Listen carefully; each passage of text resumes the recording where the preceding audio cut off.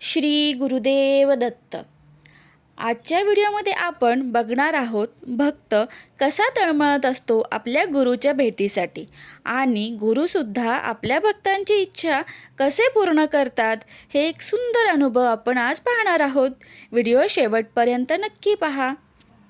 गुरूंची भेट घेण्यासाठी मनात एवढी तळमळ का निर्माण होते हा प्रश्न अनेकदा शब्दात मांडता येत नाही, पण अनुभवता मात्र नक्की येतो. आज अचानक मनात काहीतरी जाणवू लागलं. सतत गुरूंची प्रतिमा डोळ्यासमोर येत होती. निघावं का? आता मन तयार झालं. सगळ्यांना मनातील बोलून दाखवलं आणि तयारी पण चालू झाली गुरुदर्शनाची. मला चांगलं आठवतं, गुरूंची कृपादृष्टी आपल्यावर असतेच, पण त्यांच्या सानिध्यात काही क्षण राहावे असे नेहमी वाटे. रोजच्या नामस्मरणात बसताना, काम करता करता अगदी शांत क्षणातही गुरूंची आठवण येत राहिली. एक दिवस मनानेच ठरवलं, आता जायचंच आहे. ठरलेल्या दिवशी सहकुटुंबासोबत प्रवास सुरू केला. सगळेच आपापल्या भावनेत, पण माझा उद्देश एकच, गुरूंची भेट. गाडी पुढे जात होती आणि माझं मन मात्र सतत नामात गुंतलेलं होतं. ओठांवर शब्द नसले तरी मनात जप चालू होता. रस्ता बदलत होता, दृश्य बदलत होती, पण आत एक वेगळी शांतता तयार होत होती.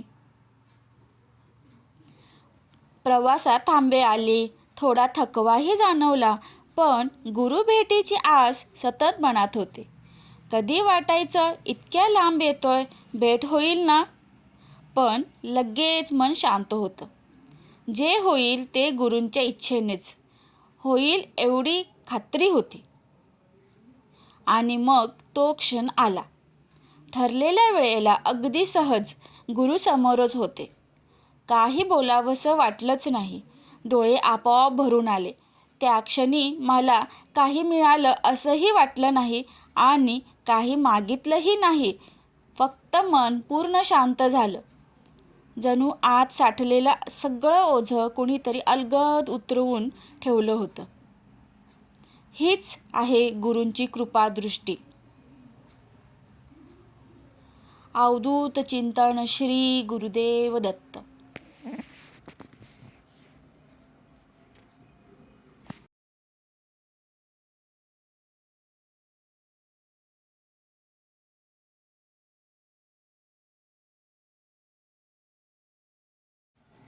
गुरुभक्ती म्हणजे केवळ शिक्षक किंवा मार्गदर्शक म्हणून नव्हे, तर आध्यात्मिक उन्नतीसाठी गुरुवर पूर्ण श्रद्धा ठेवून त्यांचे मार्गदर्शन स्वीकारणे, त्यांच्या आज्ञेचे पालन करणे आणि त्यांच्या शिकवणीनुसार जीवन जगणे होय.